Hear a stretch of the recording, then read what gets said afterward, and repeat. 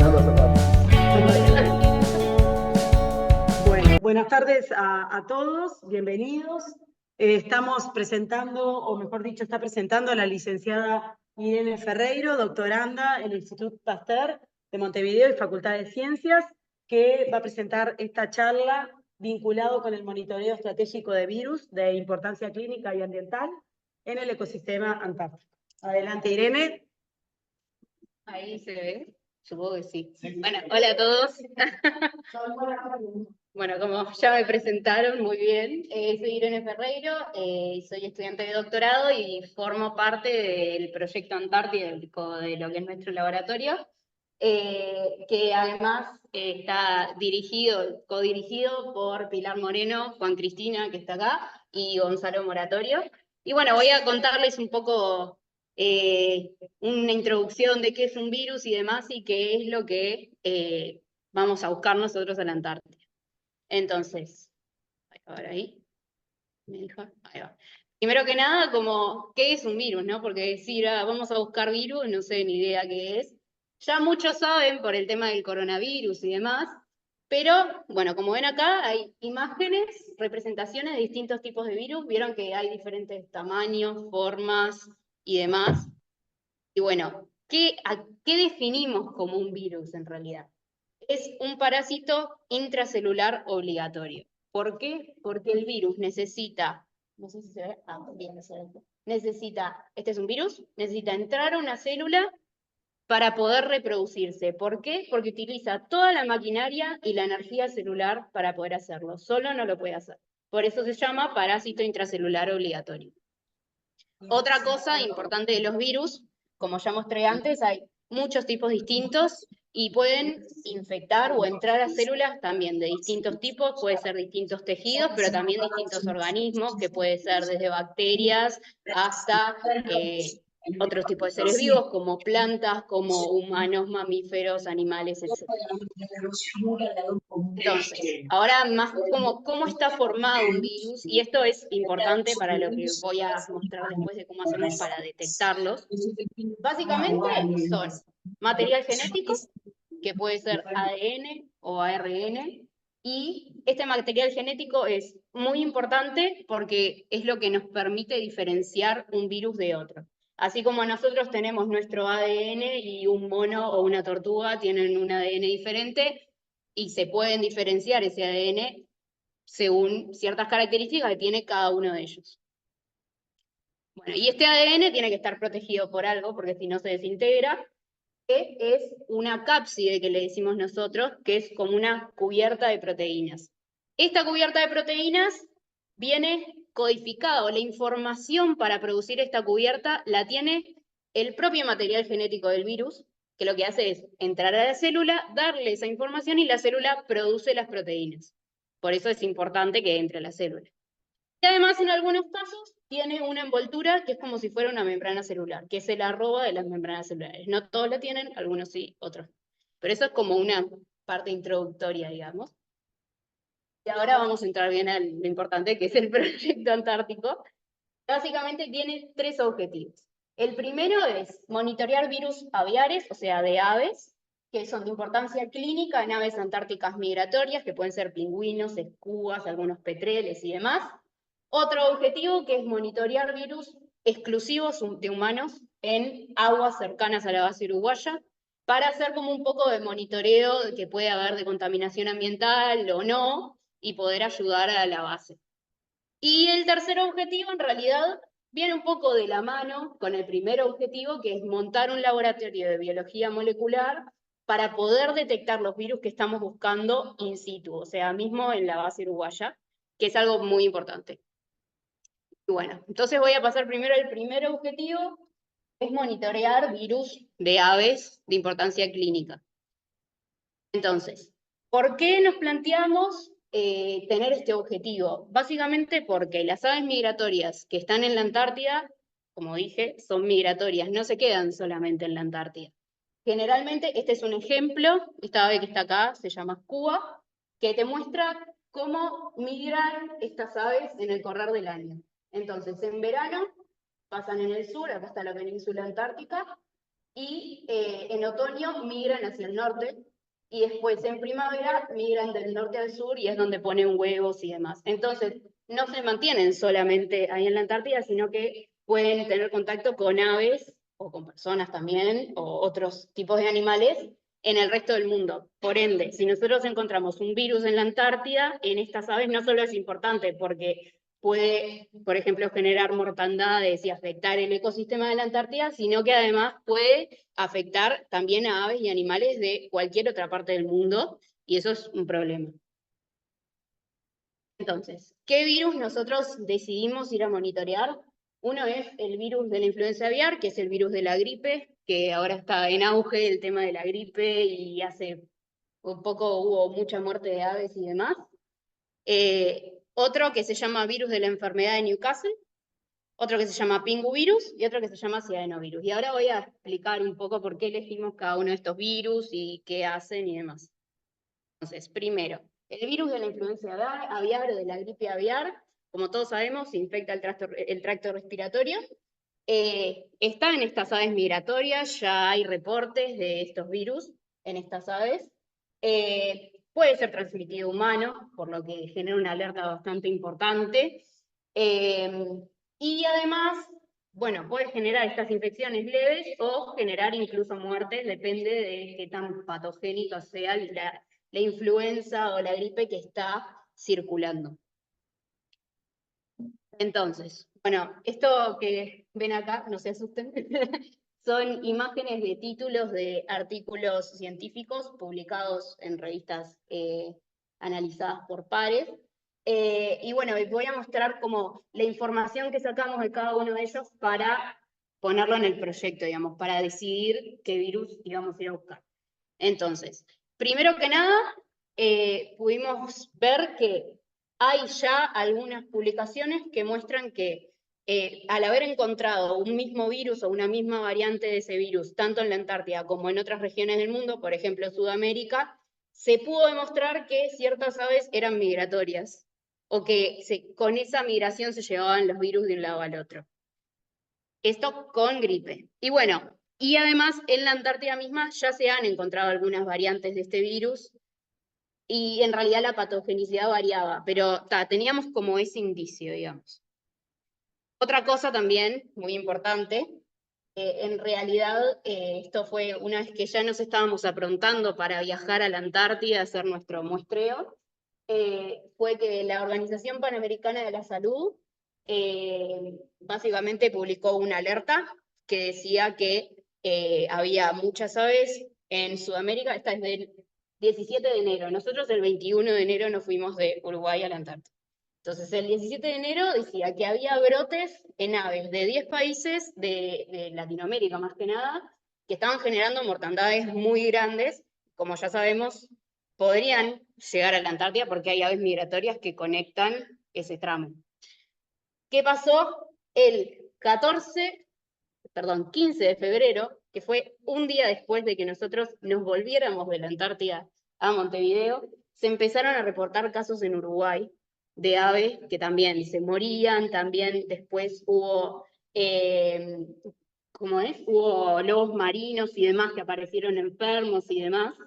Los lobos marinos también hay lobos marinos en la Antártida. Entonces, es como que cada vez era más importante ver si encontrábamos este virus o no en las muestras que teníamos. ¿Qué pasó? Esto era en 2023. En 2024 empezó a pasar que en las islas, en camino de América del Sur hacia la Antártida, también empezaron a haber brotes de este virus. No se sabía si habían llegado a la Antártida todavía, y se generó todo un dilema de si podríamos ir o no a la Antártida por un tema de riesgo biológico. Entonces se generaron muchos protocolos y demás para tener en la base y no generar riesgo biológico y demás. Bueno, entonces, eso era sobre la gripe. ¿Qué pasa con el virus de enfermedad de Newcastle? Básicamente es un virus que genera muchos signos distintos, respiratorios, nerviosos, digestivos, genera muchas muertes y es uno de los principales virus en la industria de las aves de corral a nivel mundial, porque se infecta uno y se mueren todos los que están. Entonces, a nivel también de salud y nivel económico es un gran problema. Y bueno, y se ha encontrado en pingüinos, en cormoranes y escudas antárticas un par de veces, después no hubo más reportes.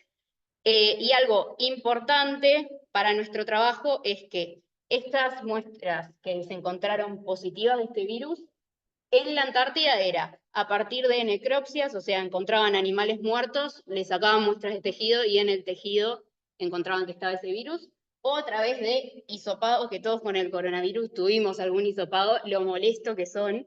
Entonces era o una técnica en un animal muerto o una técnica en un animal vivo, pero invasiva, o sea, estresando a los animales, que la idea es en la Antártida no generar tanto estrés.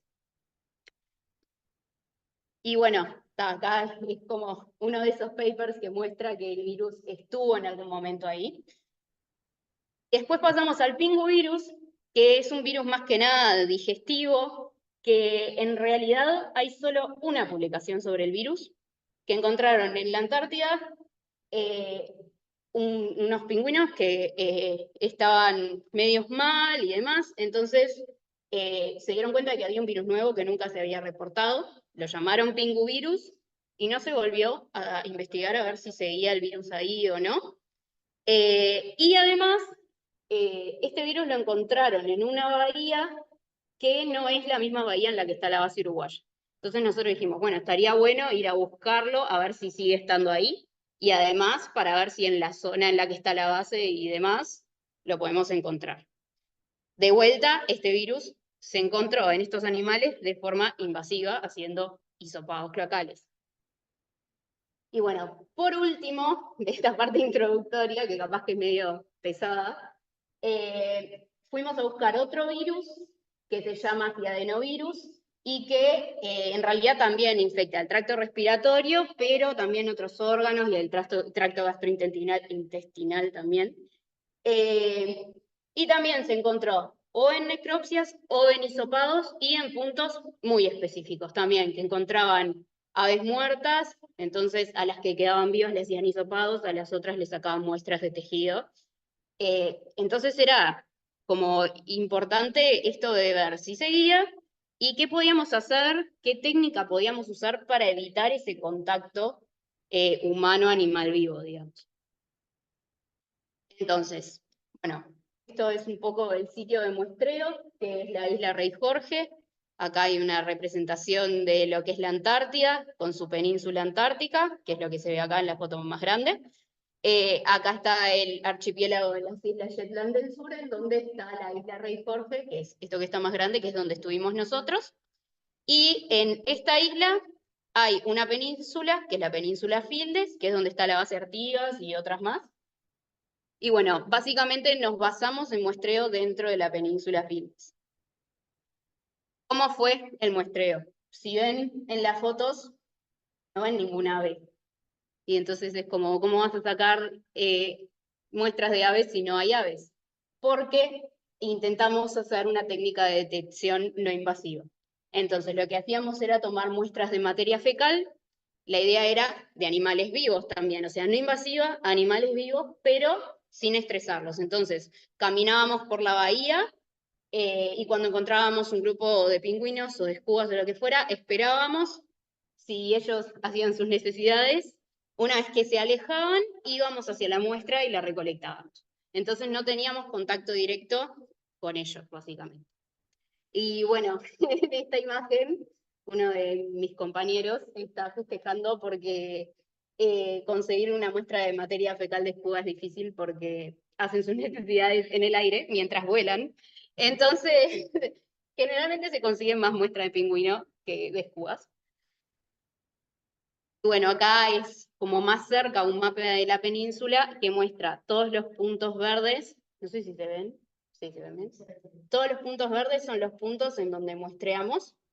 Entonces muestreamos en toda la costa sudeste de la península, bueno, un punto norte, y también en esta isla que se llama Isla Arley, que es una pingüinera, es donde la mayoría de los pingüinos de la zona anidan y ponen huevos, entonces estaba bueno tener un punto ahí.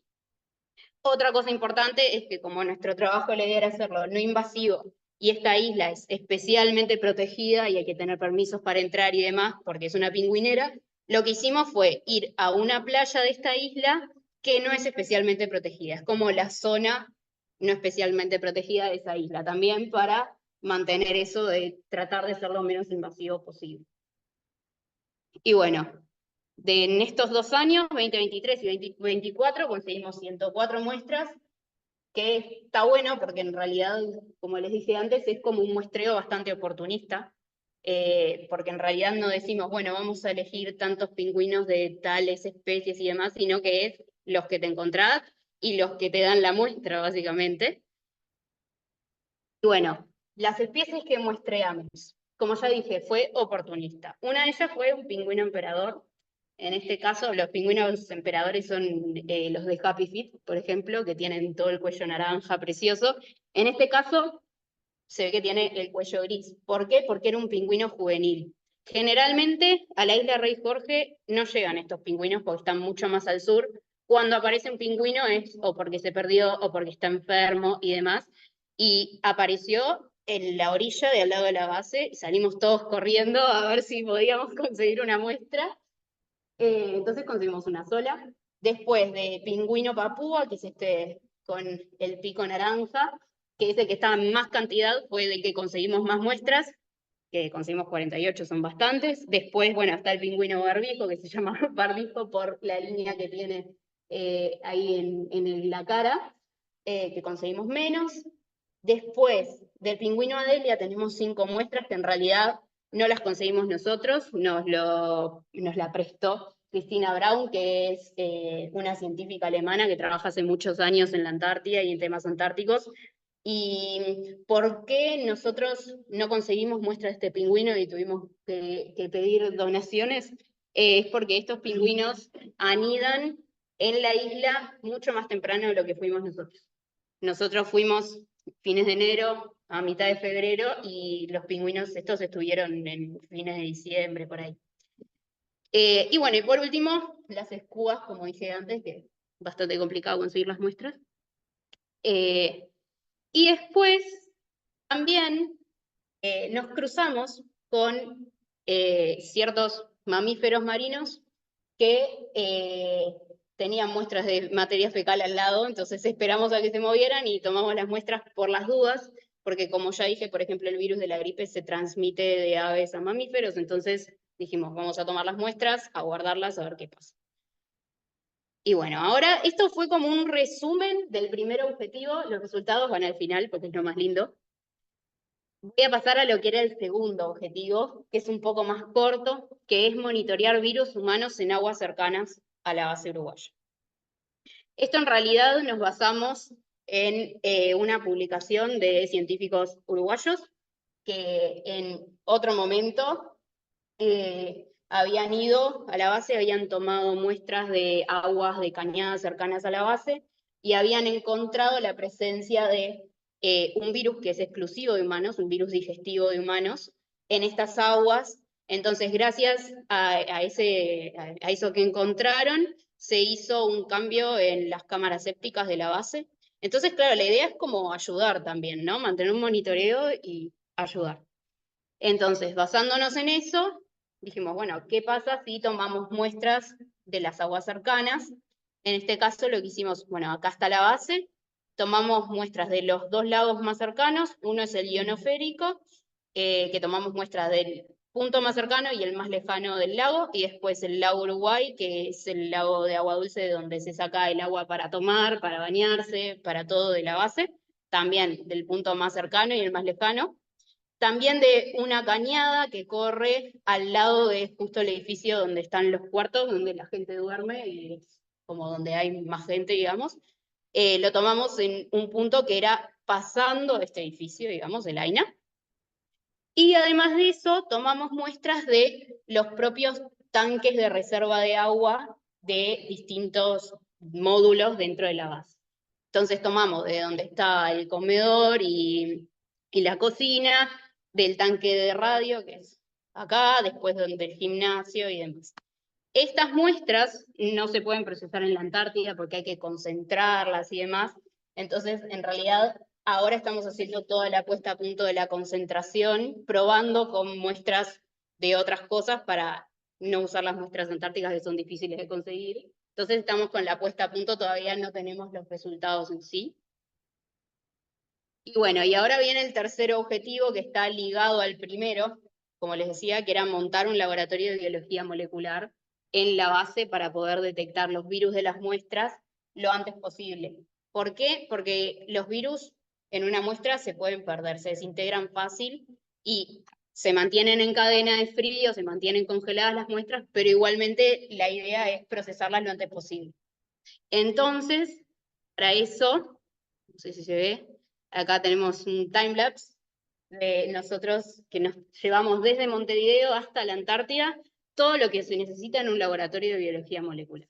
Todos los reactivos químicos, todos los equipos, teníamos de estas cajas grandes que se ven así, teníamos como 6, y bueno, somos nosotros armando este laboratorio, que era la primera vez que se hacía, entonces eso está bueno, y bueno, voy a pasar porque si no...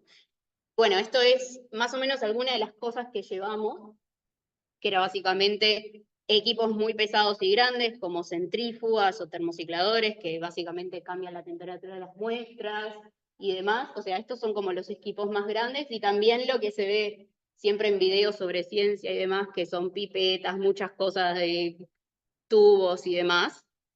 ¿Qué pasa? Esto para trasladarlo hay que hacer todo un tema logístico, y algo muy importante es que algunos de estos químicos que se trasladan se tienen que mantener en frío, se tienen que mantener congelados a -20 de temperatura. Entonces necesitábamos, ¿cómo hacemos para llevar congelado algo desde Montevideo hasta la Antártida sin que se descongele? Entonces hicimos, con la ayuda del IAU, todo acá como una cadena de cosas. Primero que nada, lo que hacíamos era, teníamos en la facultad todo en un freezer congelado. El día que salía el avión, 15 minutos antes de que saliera el avión, se trasladaba una heladerita con hielo, con todo lo que necesitábamos, hasta en donde estaba el avión, el Hércules, que tenía un freezer adentro. Eso se puso en el freezer, y el Hércules hace escala en Punta Arenas, entonces, sur de Chile. Entonces, en el hangar a donde llegaba el Hércules, en Punta Arenas, también tenía que haber un freezer en el que podíamos poner esos reactivos. Después de vuelta el otro día, cuando se hacía, después de la escala, volver a subirlo al freezer al Hércules con un freezer, y ahí llegaba hasta la Antártida. Y obviamente todo esto, a la vuelta, había que hacer lo mismo, pero al revés, con además las muestras, que son muy importantes, porque conseguir muestras en la Antártida es difícil y no se puede ir todo el tiempo. Entonces, es todo un tema logístico que está bueno pensarlo y saber que existe y que se puede hacer. Y además, a la vuelta, además de las muestras congeladas, también todo residuo que hayamos generado, sea plásticos, guantes, estos reactivos químicos, todo vuelve con nosotros y todo se descarta acá en Uruguay. O sea, nada de lo que se usa se deja allá en la Antártida. Y bueno, esto es como una anécdota en realidad de cómo es el procesamiento de estas materias fecales. Como nosotros tomamos las muestras del piso directamente, porque no tocamos a los animales, esas muestras tienen o arena o piedritas o lo que sea. Entonces lo que hacemos es agregarles un líquido que es inocuo, como agua con sales, y lo mezclamos bien para que todo lo que sea virus y demás quede en ese líquido, y eso después lo que se hace es, se espera que decante todas las piedritas, lo que sea, y nos quedamos con el líquido que queda arriba. Y ese líquido es el que tiene la muestra que a nosotros nos interesa. Entonces, a partir de ese líquido, ¿se acuerdan que yo dije que los virus tenían material genético y que ese material genético nos interesaba para saber qué virus era el que había en una muestra?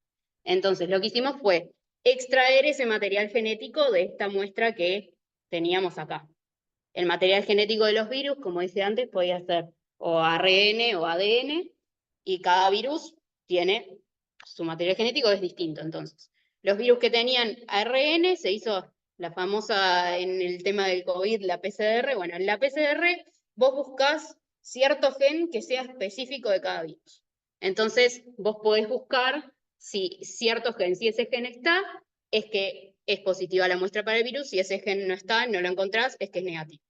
Entonces, bueno, lo que hicimos fue, a partir del ARN y del ADN, hacer las PCR correspondientes, y ¿qué encontramos? Ni en 2023 ni en 2024 encontramos el virus de la gripe, mientras nosotros estábamos ahí. Después, en 2023 no encontramos el virus de Newcastle ni tampoco el pinguvirus, pero este año sí. Y en 2023 y 2024 encontramos adenovirus. Pero ¿qué pasa? Uno puede decir con el tema de la gripe, ay, no encontramos nada, qué pena, no podemos publicar, pero en realidad no es tan así. Es esto que tenemos acá. Los resultados negativos también son buenos resultados. ¿Por qué? Porque indican, primero, que los animales están bien, y segundo, también cómo fue o en qué tiempo ingresó un virus, por ejemplo, en la Antártida. Ahora, este año, en 2024, cuando nos estábamos volviendo, encontraron en continente un montón de escubas muertas, y después, bueno, les hicieron estos test para ver si tenían el material genético y encontraron que tenían gripe. Y eso fue cuando nosotros ya, o sea, estábamos volviendo. Entonces, lo que hicimos fue juntarnos con científicos de un montón de países, que son todas las banderas que ven ahí, para hacer un reporte que decía que en 2023 todavía no había llegado el virus a la Antártida, y en 2024 hasta fines de febrero tampoco. Y se acuerdan que yo les conté que se esperaba que llegara el virus a la Antártida a principios de 2023. Entonces, si bien no tuvimos muestras positivas, estamos aportando igual, porque estamos aportando que hubo una entrada tardía del virus a la Antártida. Y bueno, después, con el virus de Newcastle y pinguvirus, como los encontramos este año, estamos preparando las publicaciones, todavía no lo publicamos. Y de adenovirus, el año pasado encontramos este virus. De las muestras que tuvimos positivas para adenovirus, el 35% dieron positivas, es un montón. Y los encontramos en 2 especies distintas, que eran los papúa y barbijo, que son los que hay en más cantidad, tiene sentido. Pero bueno, esto que hay acá es un árbol filogenético que básicamente lo que hace es clasificar, bueno, vieron que el material genético tiene cierta secuencia. Vos a partir de esa secuencia podés clasificar y dividir en grupos según si tienen cosas parecidas o no. Entonces lo que hicimos fue clasificar estos virus que encontramos, y lo que encontramos es que había un grupo que infectaba solamente a los pingüinos papúas y otro grupo que infectaba solamente al pingüino barbijo. O sea que en realidad no solo encontramos que circulaba el virus, sino que había 2 variantes distintas que eran específicas de cada especie y que entre ellos no se contagiaban. O sea que el virus llegó a la Antártida y de alguna manera mutó para infectar otra especie y se quedó ahí. Y bueno, que además de todo esto, en todos estos puntos que muestreamos, por lo menos una de las muestras era positiva. Y como había contado antes, este virus se había encontrado en lugares muy específicos. Entonces, además de que reportamos que está este virus, que circulan 2 variantes y demás, es el primer reporte que muestra que en el correr de toda la costa se encuentra este virus. Y bueno, eso también es importante. Y algo más importante es que este es el primer trabajo en el que se hace una detección viral, en el que se usan técnicas de muestreo no invasivas en aves vivas. Que bueno, eso es algo bastante importante, y además, si otros científicos quieren ir en un futuro, pueden optar por hacer esta técnica de muestreo y tratar de no afectar la fauna, lo cual es bastante importante para la Antártida.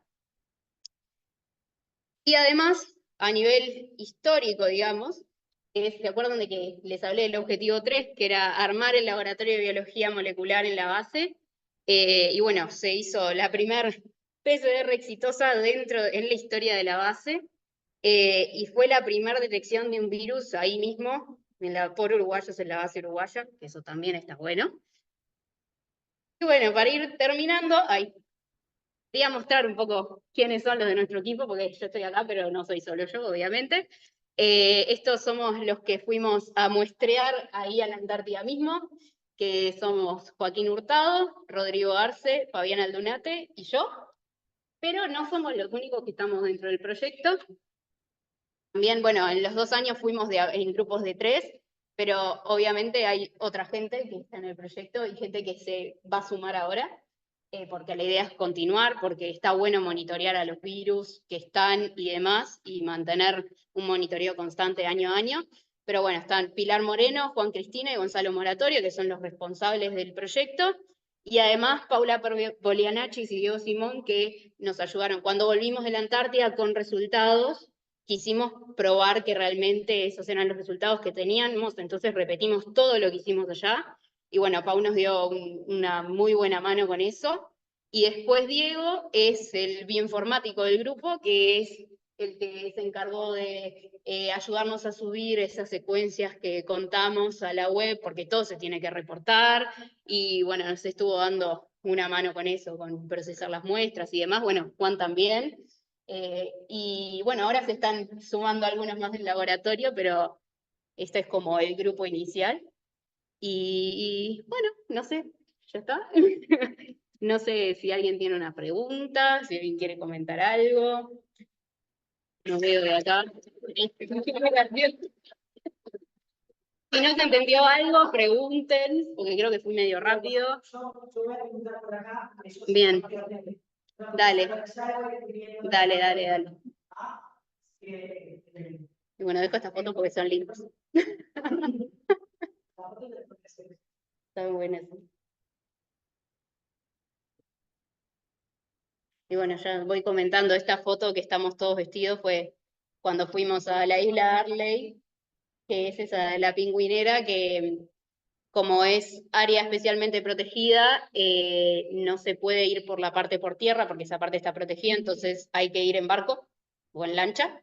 Entonces, bueno, nos vestimos como buzos y fuimos en lancha hasta la playa esa que podíamos ir. Así que por eso estamos todos disfrazados. Pero bueno.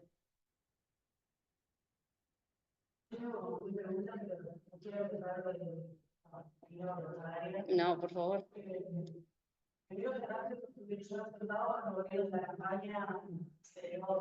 Sí, sí, esa es una de lo importante de montar un laboratorio ya. De los días que estaba feo, había tormenta o lo que fuera, era laboratorio. Entonces era los días lindos, salía al campo, ir a muestrear, y a los 2 días que se ponía feo, era todas las muestras que habíamos juntado hasta ese entonces al laboratorio. Estuvimos en, sí, 25 días, sí. 25, sí. Bueno, y otra cosa importante, que lo de la logística del traslado de cosas en frío en el avión, nosotros a la ida, estos 2 años, fuimos en barco, porque fuimos más tarde del vuelo ese. Entonces, tuvimos que coordinar en el primer año con algún científico que estuviera ahí, que viajara para llevarle los reactivos y demás, y es todo un tema, porque claro, nosotros estábamos esperando a ver si alguien se comunicaba para decirnos que había llegado bien y demás. Por suerte llegó todo bárbaro, pero sí tiene mucha logística, pero no es imposible.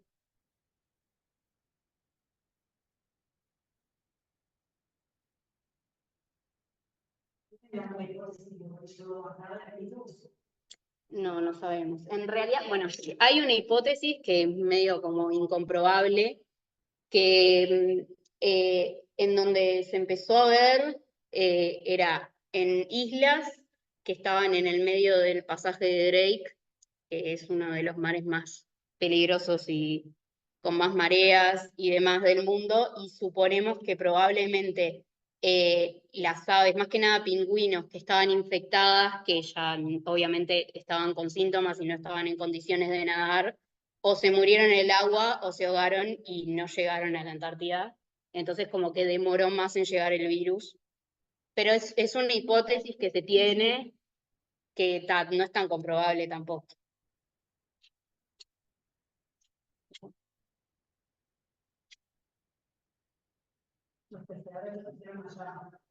Sí. Y después las repetimos acá, por las dudas. Con las mismas muestras. Sí. No, era un riesgo, porque siempre es un riesgo, pero todo lo que nos dio positivo o negativo allá nos dio igual de positivo o negativo acá. O sea que eso también quiere decir que tuvimos un buen traslado en frío de las muestras. Sí. Está viendo Victoria Pizorno, es una enfermera del liceo 15, yo le comentaba que está en trabajar en el liceo 15.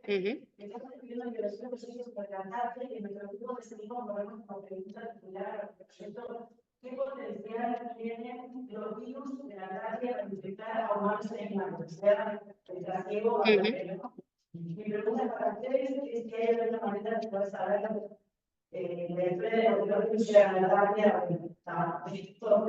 sí, bueno, ¿por qué los virus llegan a la Antártida? Era lo que contaba. Básicamente, en realidad, un virus, como dije antes, es un parásito intracelular obligatorio. Tiene que tener algo para infectar.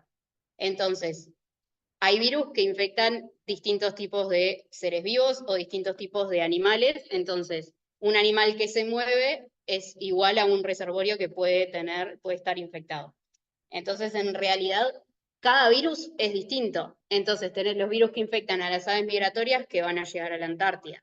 También, en el caso de un humano que está infectado con un virus y va a la Antártida, puede infectar al resto de sus compañeros de base y demás.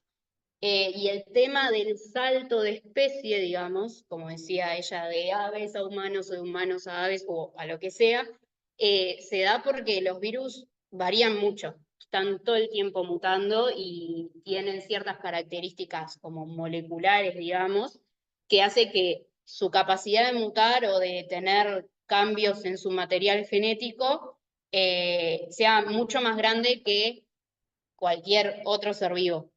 Es más, incluso mutan y esos errores que quedan en su material genético, en algunos de ellos, no se corrigen porque la célula no los detecta.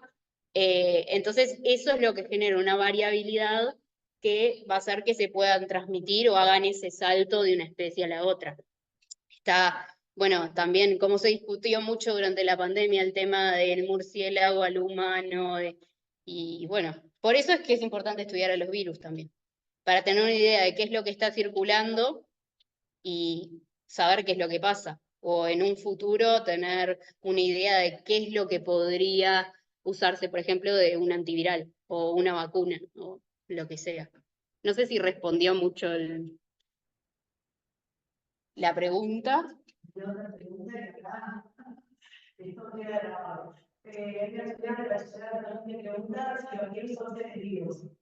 Bueno, eso es una pregunta que todavía no se terminó de contestar. Sí, es una pregunta polémica. Mira, claro, sí. Bueno, vieron que yo dije eso, de que necesita entrar a una célula para reproducirse. Entonces, cuando está solito en el ambiente, en realidad no se considera vivo, porque no tiene ni su propia maquinaria, ni produce su propia energía, ni nada. Pero cuando entra a la célula, usa la energía de otro y se reproduce. Entonces está como esa pregunta de si son seres inertes, o sea, que están muertos, si en realidad están vivos porque en algún momento se reproducen, o si tienen como esa dualidad de que pueden, cuando están en el ambiente, están muertos y cuando entran a la célula están vivos. Eso en realidad es como un problema científico bastante importante que todavía no está resuelto, digamos. Sí. Sí. Sí.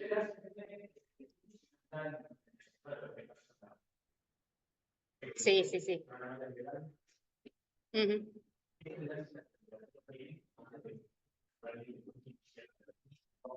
Sí, en realidad depende del virus.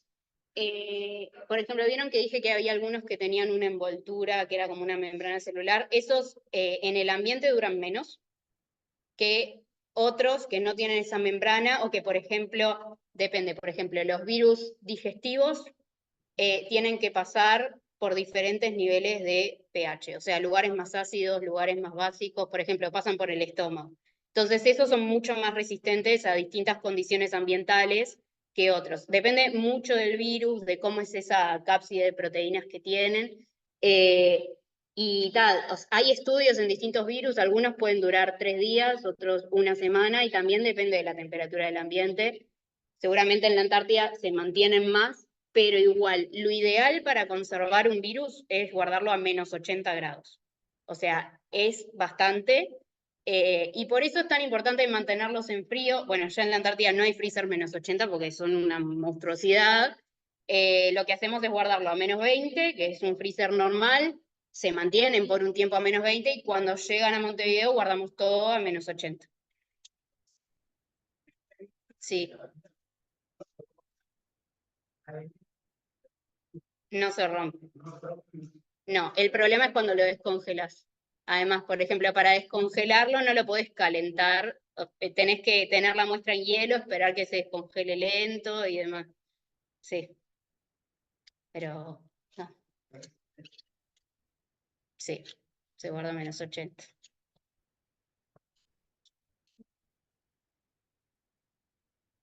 Bueno,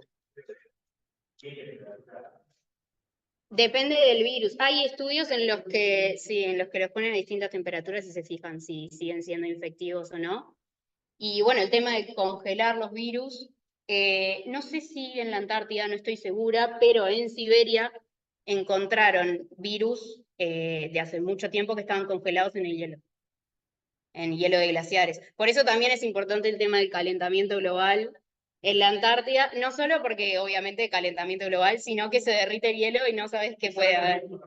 No sabes qué puede haber en el hielo. Puede haber virus, bacterias, lo que sea.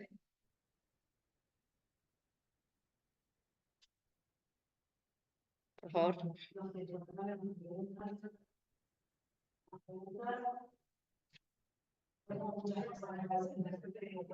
¿Cómo? Bueno, las aguas lo que hicimos fue tomar la muestra, congelarlas, y en cuanto llegaron las pusimos a -80, y ahora lo que estamos haciendo es, en vez de usar esas mismas muestras para probar las técnicas de concentración que suponemos que podemos usar, lo que estamos haciendo es agarrar muestras de agua destilada pura y poner muestras de otros virus que circulan en Uruguay que tenemos nosotros de otros experimentos, y ahí estamos concentrando las aguas y viendo si se mantiene esa cantidad de virus o no en la muestra. Y una vez que tengamos bien puesto a punto eso, ahí vamos a descongelar la muestra de la Antártida y ver qué es lo que pasa. Por eso estamos demorando un poquito más. Por favor.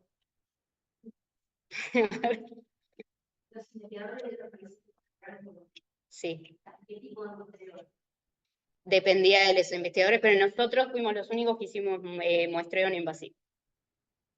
Todo el resto era o hisopados o también muestra de tejido de animales vivos. Sí. Y además, la tema que pasó, bueno, no, No, ella nos mandó, sí. Sí, sí, ella no. Pero otra cosa que escuché a Juan ahí comentar, que también muchas veces toman muestras de sangre de los pingüinos y testean a partir de las muestras de sangre. Y eso al pingüino, imagínate, agarrar al pingüino, meterle en la aleta una aguja que le saque sangre y demás. Sí, sí. Y eso es complicado ya, eso es más estrés que un hisopado. Y además de todo esto, con el tema de, bueno, de la gripe, era todo un tema buscar algo que fuera como tratar de ser no invasivo porque todo el mundo estaba yendo a muestrear. Entonces ahí fue como que cuando en realidad hubo comunicación con investigadores de otros países para que si alguien conseguía muestras de sangre, no fueran todos a sacar muestras de sangre, sino que fuera un grupo y compartiera las muestras al resto, porque si no, imagínate un pingüino, la aleta, un colador era. Sí,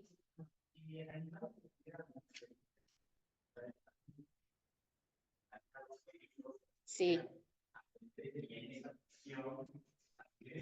Ujú. Sí, vivos no, encontramos muertos con plástico, con, ¿cómo se llama esto? De pesca, con anzuelos, sí. No encontramos, o sea, bueno, el único que suponemos que estaba enfermo o herido era el emperador que encontramos, pero caminaba normal y como no queríamos acercarnos tanto, tampoco no. Suponemos que estaba o herido o perdido, por eso de que generalmente no aparecen ese tipo de pingüinos en la isla, pero no, de así herido o vivo no vimos.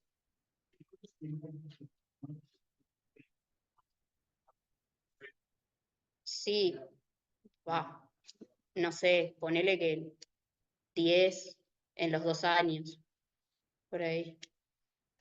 Pero no sé, en la pingüinera, como fuimos al área que no era especialmente protegida, no sé ahí, capaz que había más que se sienten mal y se van hasta ahí a morirse, eso no te podría decir. Sí, en Arley. Eso no te sabría decir. Le tendríamos que preguntar a Cristina, que es la que está más ahí con los animales.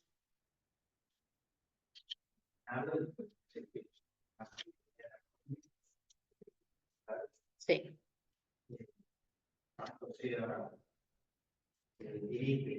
Como el servicio de la primera impacto que no sabemos mucho, pero pensamos que como el virus de la primera impacto es un paranoxiovirus, que es el virus más importante de la industria agrícola. Sí, pero y realmente en menos de 24 horas no muy bien. Sí.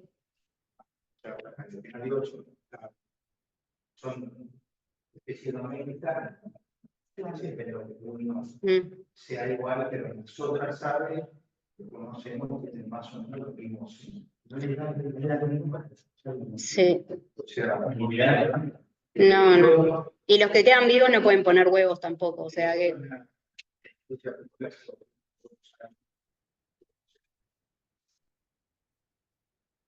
Como un año, buscar el protocolo hace con una funcionalidad de propiedad, finalmente llega a usar el derecho libre a los 5.1, pero en otras sí, ¿no? O sea, afortunadamente, por ahora, todas las áreas protegidas que estaban cerca de nosotros se han salvado. Pasar a la hora. sí. Y podría Arley. Sí, es pedir el permiso nomás. Sí, en realidad. Sí, muestreamos, claro. Muestreamos en la playa que podíamos ir. No fui, a ver, ¿para qué? Mira, acá, esta es la isla Arley, en este puntito de acá, que en realidad caminando se puede entrar por un istmo que se hace acá, pero esta es tipo área protegida, y hay esta playa de acá, no es especialmente protegida, entonces lo que hacemos es tomarnos una lancha o un bote desde la base Artigas por agua, llegamos a la playa, estamos ahí muestreando y después salimos. Y fue todo un tema de discusión, porque como queríamos hacer no invasivo, era, no sé si ir a la isla, entonces estamos evaluando si pedir el permiso para entrar a la parte de área protegida o hacer esto de colaboración con gente que tenga que ir por otros proyectos sí o sí, que nos tomen las muestras por nosotros. Claro. Claro. Y aparte, como es una técnica de muestreo que es fácil de hacer y demás, les dejas escrito bien qué es, cómo tienen que rotular los tubos y listo. Tiene que estar fresco. No, por eso mismo, primero que nada, porque hay que registrar de qué animal salió. Por eso nosotros sabemos de qué tipo de pingüino salió cada muestra. Y además por eso de que en el ambiente los virus no duran mucho. Entonces, por eso lo importante es sacar muestras frescas. Y,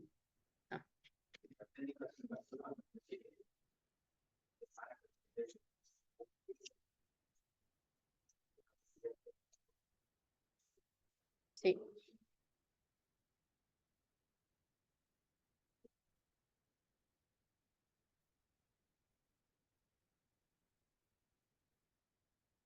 Sí. Y no solo la cosa, sino que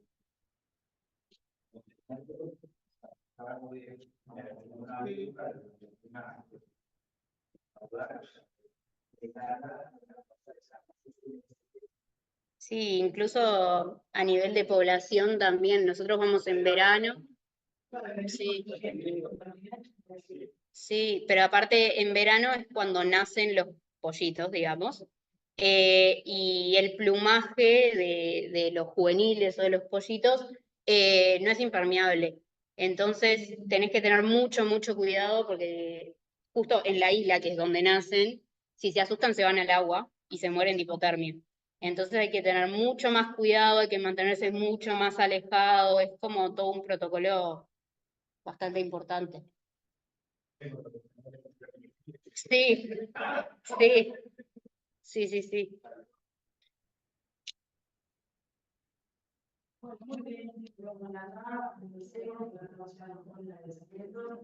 Bueno, y si alguien quiere contactarse o tiene preguntas, que nos pueden avisar.